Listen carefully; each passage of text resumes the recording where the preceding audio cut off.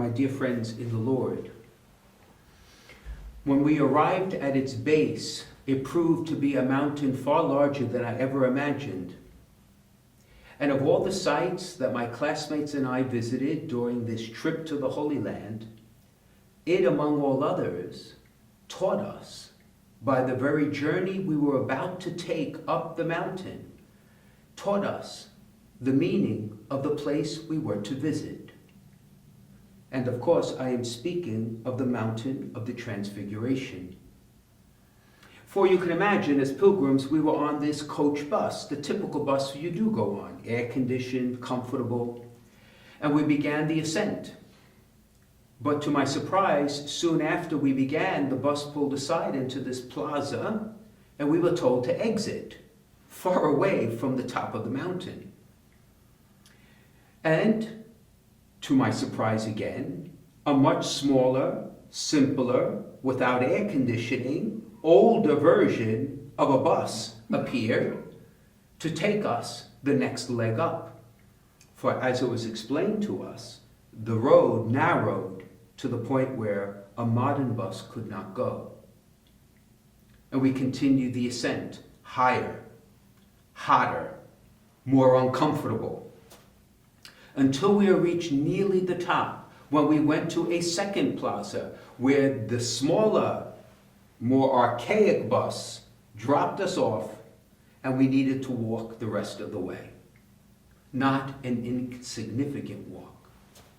So you can well imagine, when we got to the Basilica of the Transfiguration, hot, tired, a bit annoyed, walking into the Basilica, and to encounter the beauty, the dazzling white and glorious colors of the Basilica that was warm, safe, inviting.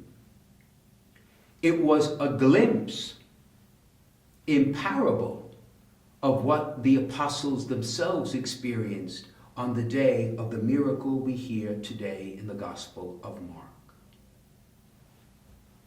For you see, my friends, it was arduous in a sense to climb the mountain the way I described, but imagine walking it by foot. And that arduous task up the mountain was almost for the apostles a parable of life following the Lord, he who walked with them every step of the way. It is not easy. It demands suffering. It demands losing our comfort. It demands being singular in mission. To do what? To reach the pinnacle where on this day, on that mountain, the Lord allowed them to glimpse their destination. To glimpse his glory, his power, his majesty as God. And they were terrified in the true sense. They were overwhelmed at what was there, having had the perseverance to suffer up the mountain. Now, why is that important? Because in the early church, when they looked at this miracle, the fathers often talked about the journey up two mountains. For this was to encourage the apostles to come up the second mount that they would do as they continue their road to Jerusalem, a road they knew would be fraught with many challenges. They had already heard the whisperings of the crowd that wanted to act against Jesus. And of course, the second mount they were invited to walk up was Mount Calvary, a mountain where they would not initially glimpse the glory.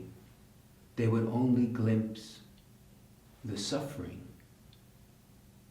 One was an encouragement to have the courage to walk the second. And you and I know all but one did not.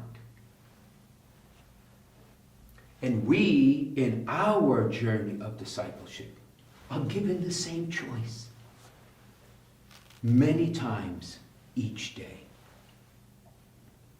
For allow me to be frank, at the heart of Christian discipleship is in fact a dying to self. Similar to that parable of going up the Mount of the Transfiguration, it's literally shedding the larger bus, the smaller bus. It's literally shedding all the comforts. It's shedding everything that is around us that we take for granted. It is a stripping away as we climb the mountain with Jesus.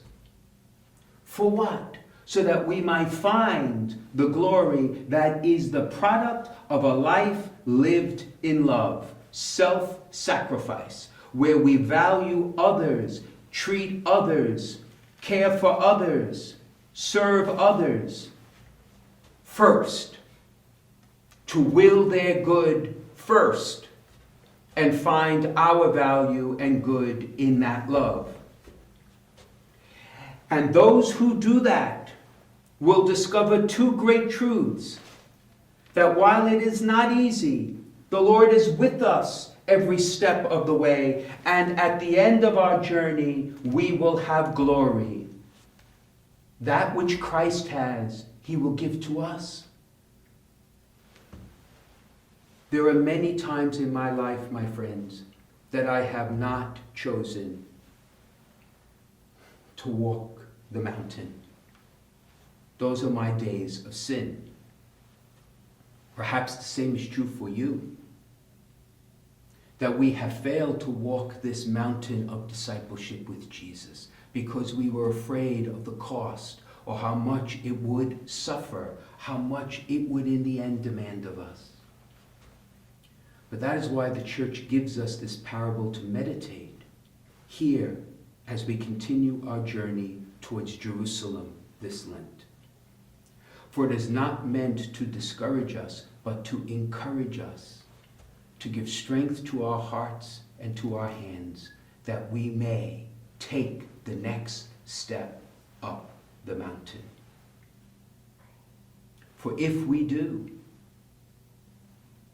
and we walk the mount that leads to Calvary this Good Friday, my friends, as I also discovered in the Holy Land, in the Basilica of the Holy Sepulchre, that when those who have the courage to walk up Mount Calvary, from its vantage point in the distance, one can see the empty tomb from which the glory of Christ will shine for all eternity. So, my friends, we have a mountain to climb. Are we willing to take the next step?